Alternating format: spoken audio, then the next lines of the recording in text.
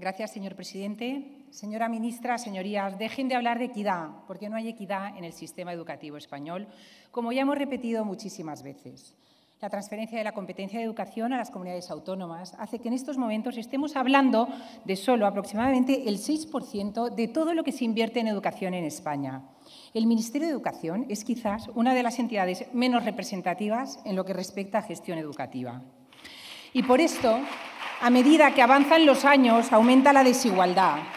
Es injustificable que la inversión sea hasta un 60% superior en algunas comunidades autónomas o que en el inicio de curso más caro por la inflación disparada y que también afecta a libros, material escolar y uniformes, todavía, por ejemplo, los libros de texto estén financiados en unas comunidades sí y en otras no, cuando con la mitad del presupuesto del Ministerio de Igualdad se podría cubrir todo ese gasto en primaria.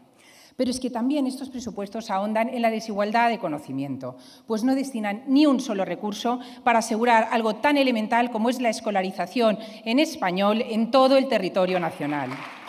Porque con la competencia de educación transferida, el Gobierno se desentiende y ni siquiera actúa cuando tiene un pequeño margen. ¿Por qué no activa mecanismos de compensación a través de los fondos de cohesión para corregir las desigualdades generadas por el sistema autonómico? En realidad, señora ministra, da igual de lo que hablemos, porque ustedes también en el sector educativo están centrados en la resiliencia, las competencias, el género, el clima, la transformación verde, los ODS de la Agenda 2030. Porque para ustedes asegurar que todos conozcan nuestra lengua e historia comunes, que el acceso a la universidad sea justo para todos o la libertad de los padres para educar a sus hijos según sus convicciones, son cuestiones menores a las que no consideran invertir recursos. En realidad, lo único que asegura su Gobierno es adoctrinamiento para todos. Además, con estos presupuestos, de nuevo, los más vulnerables y con menos recursos siguen abandonados por su Gobierno.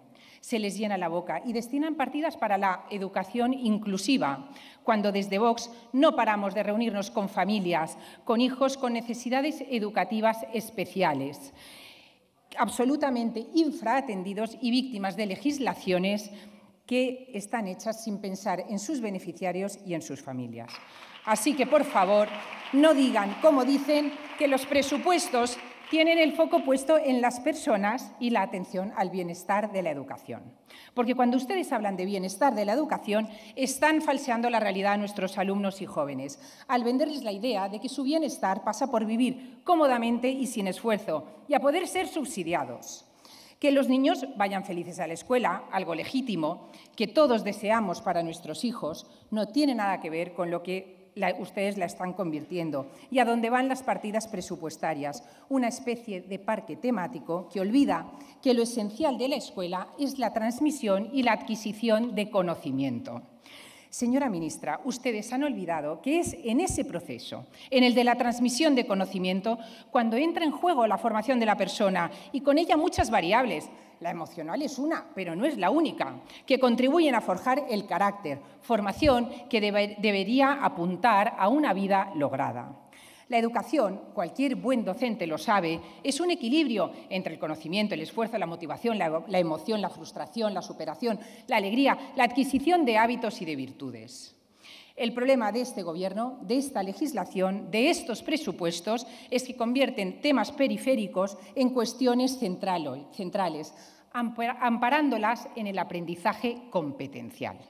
Ese concepto vago y difuso que utilizan para todo y que en realidad nadie sabe lo que es. Esa jerga que ni siquiera los académicos de la RAE aceptan, tal como indicaron recientemente en una nota informativa respecto de la nueva selectividad. Y cito a la RAE.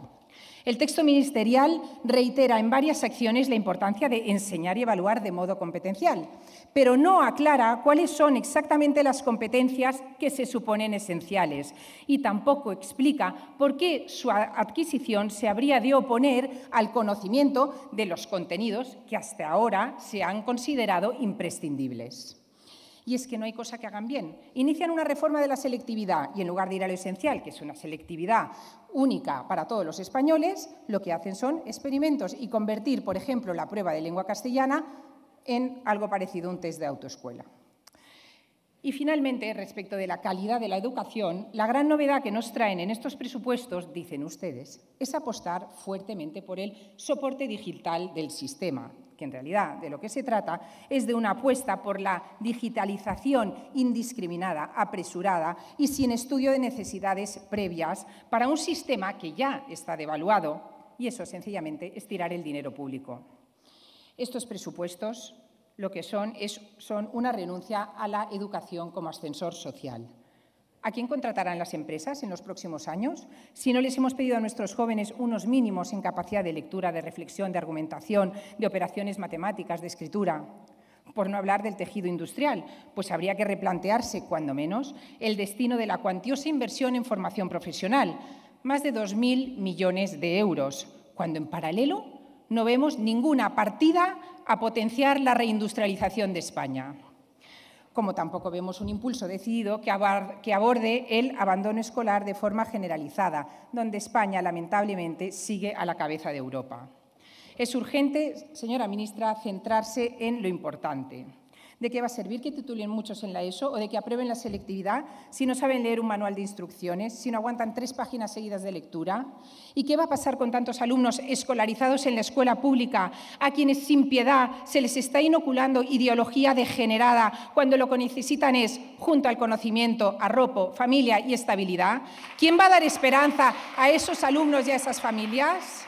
Señora ministra, para formar hombres y mujeres libres debemos apuntar al bien y a la verdad, al mérito, al valor del esfuerzo, al trabajo, a la excelencia del profesorado y renunciar a todas las ideologías sectarias y destructivas. Dejar de invertir millones para educación transversal con ideología de género. Dejar de invertir millones para borrar de la memoria de nuestros jóvenes nuestra historia en nombre de la memoria democrática. Dejar de invertir millones para animar a los niños y jóvenes a dudar de su identidad y temerariamente cambiar de sexo. Dejar de invertir millones para aprobar a todos por saber cada vez menos. Dejar de invertir millones para una educación inclusiva que acaba con una educación especializada. Dejar de invertir millones para arruinar miles de escuelas infantiles que llevan años funcionando. Dejar de invertir millones, en definitiva, para acabar con la libertad de enseñanza y para imponer de forma cada vez más descarada ese totalitarismo comunista que nos iguala a todos en la miseria y cercena de oportunidades a quien podría prosperar. Gracias. Muchas gracias.